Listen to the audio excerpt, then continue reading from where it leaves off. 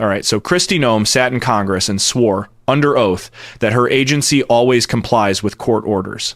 On the same day, she said that a federal judge appointed by George W. Bush had finished laying out, one by one, the 210 times her agency violated those very same court orders. And a Reagan-appointed federal judge had already ruled that she personally engaged in an unconstitutional conspiracy and failed in her sworn duty to uphold the Constitution. And then, 2 days after that hearing, Donald Trump called her just minutes before she walked on stage at a law enforcement conference in Nashville, told her she was done, and then posted about it on Truth Social while she was still actively mid-sentence at the podium. What you're about to watch is her latest House Judiciary Committee hearing from March 4th, just 72 hours before Trump fired her via social media, mid-keynote speech. In this clip, Vermont Democratic Representative Becca Balint corners her with her own words, presented her with official rulings, things judges actually wrote down and signed, showing that her agency violated court orders 210 times, asks her whether anyone at DHS lied to a federal judge, and closes with a warning so precise and so cold it sounds less like a political statement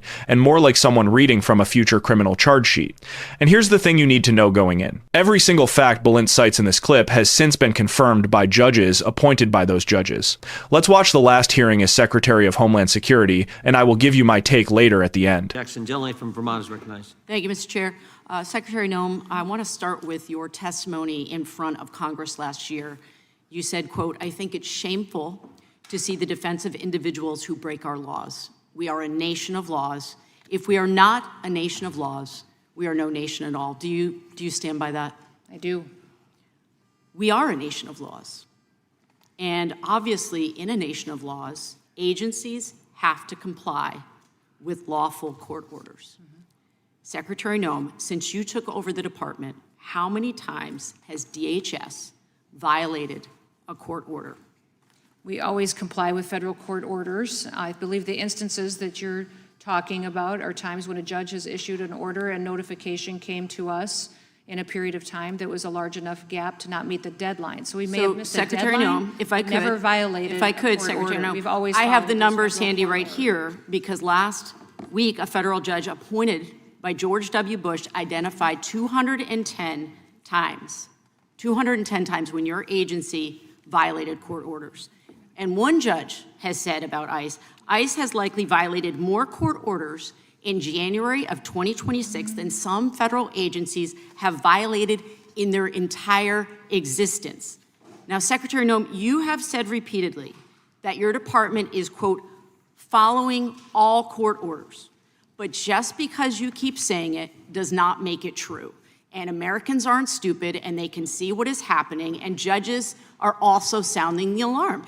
In a case where you attempted to deport Ramesa Öztürk because of her First Amendment protected rights, First Amendment protected speech, the judge said that you and Secretary Rubio had engaged in an unconstitutional conspiracy and that you both failed in your duties to protect the Constitution. And frankly, those words are absolutely shocking.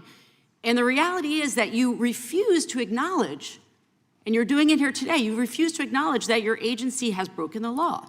Since you have been at the helm of this agency, has anyone at DHS lied to a federal judge? No, we comply with all federal court orders. I'm surprised that so is your testimony that you have not? It should not be shocking. Is your testimony that no one at ICE has violated a court order or has lied to a federal judge? Is that your testimony? To my knowledge, I'm not aware of any situations where that has happened. Well, so when you look at what the court said in the Öztürk case, it said the court rejects this testimony from ICE's leadership as disingenuous, as squalid, and dishonorable. So we have a federal judge who has rejected testimony from ICE's leadership because it wasn't true. So the head of ICE, Acting Director Todd Lyons, lied in sworn testimony. Has he been fired?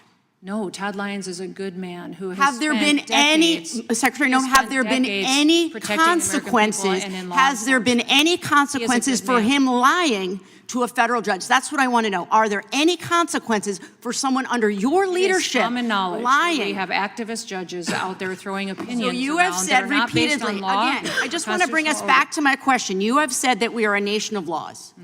Yes. Nobody is above the law. You are not above the law. Todd Lyons is not above the you law. believe that, No then one every working person for who's you, in this country nobody illegally working for you should be is held above the accountable law. for breaking So I that want to law. say this, Secretary Noem. It is shocking to Americans right now to see that you can sit in front of this committee and continue to cover for people who are working under you. You're in charge now. This is your DHS. The buck stops with you. The fact that you have people working under you that are lying to federal judges and that you're not going to take responsibility for that and hold them accountable to that is shocking. And I think Americans deserve so much better than that. And your employees have regularly ignored court orders and lied to judges. Now you're covering up. And I just want to say, this conduct alone is impeachable.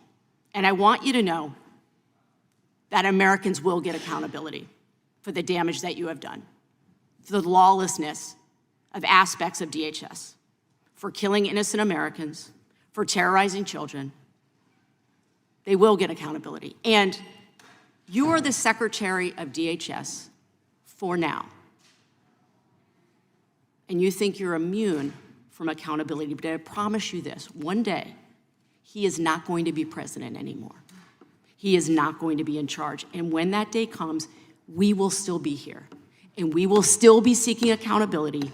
And in hearings like this, we are going to continue to prove your guilt.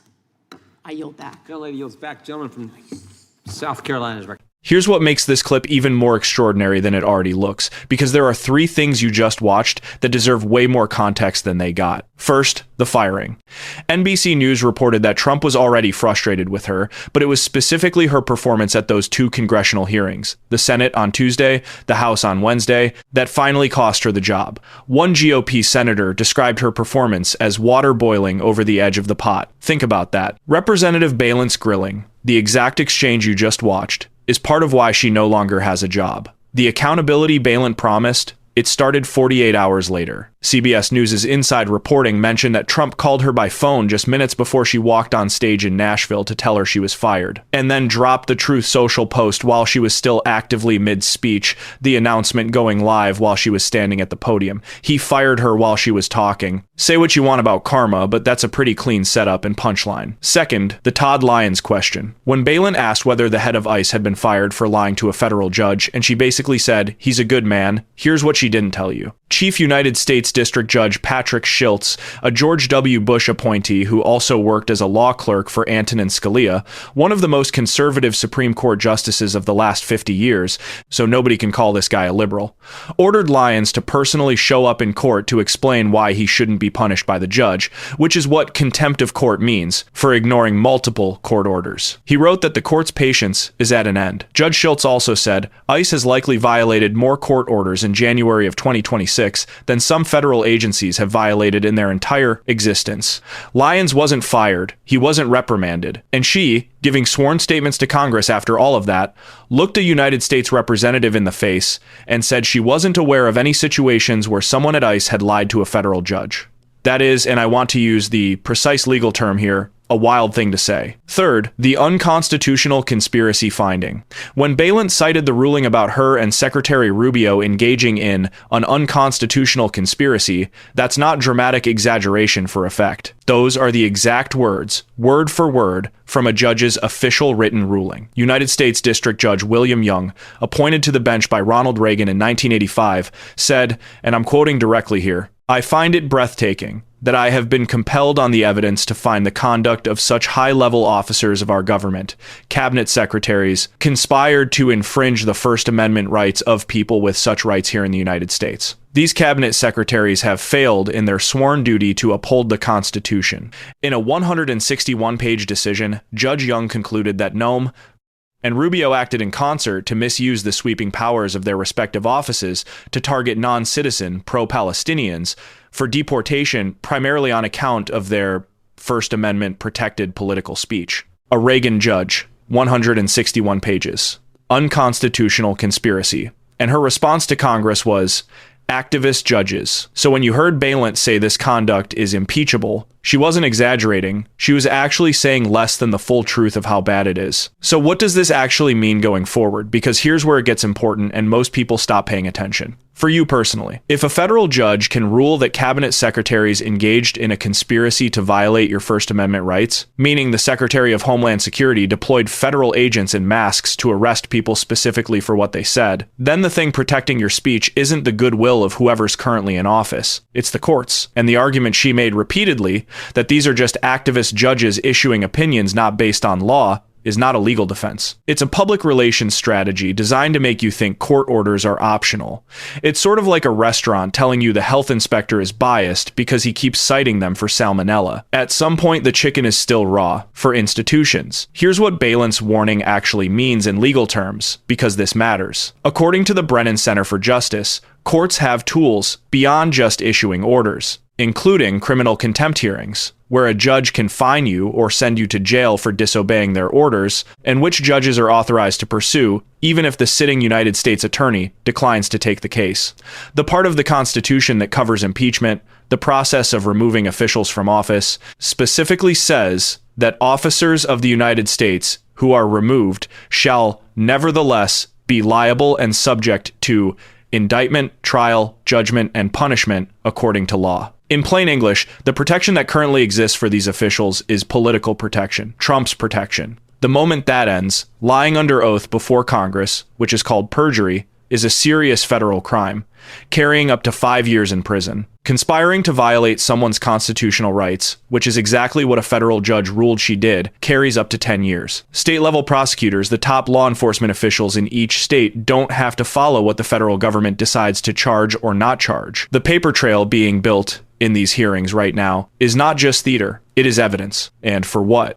She spent $220 million in taxpayer money on an ad campaign that featured herself, then told the Senate Judiciary Committee that Trump had approved that $220 million campaign. A claim the White House immediately denied, with an official saying POTUS did not sign off on a $220 million ad campaign. Absolutely not. She ran up the tab, blew the cover, got thrown under the bus by the man she covered for, and now she's getting a made-up sounding runner-up title. Special Envoy for the Shield of the Americas, which sounds like something you'd find in a discount superhero movie. This is the person who is shielding Trump's lawlessness. This is what it bought her. Representative Balint cited something precise and on the record. Judge Schiltz, the George W. Bush appointee, wrote, ICE has every right to challenge the orders of this court, but like any litigant, ICE must follow those orders unless and until they are overturned or vacated. That's not activist judge language. That's Civics 101.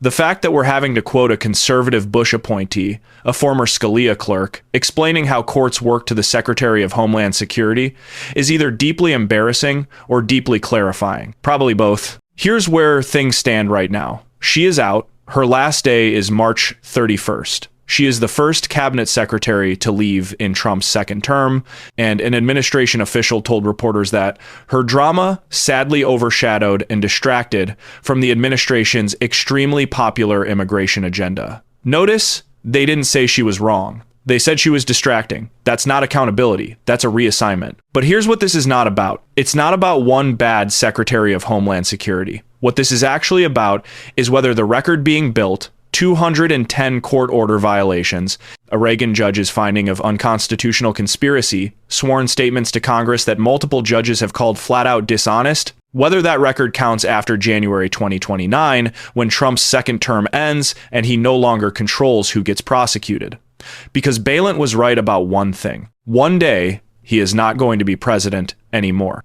And when that day comes, every document, every court filing, every deposition, every transcript of a hearing where someone looked into a camera and said, "We always comply with court orders," will still exist. The courts don't forget. The record doesn't forget. And the orange juice is already in the cereal. You can't pour it back in the carton and pretend it didn't happen. If you found this breakdown helpful, make sure to like the video and drop a comment with your thoughts. Share this with someone who needs to see it so more people understand what's going on. Don't forget to click the bell icon so you never miss future updates. Subscribe to the channel, and thanks for watching.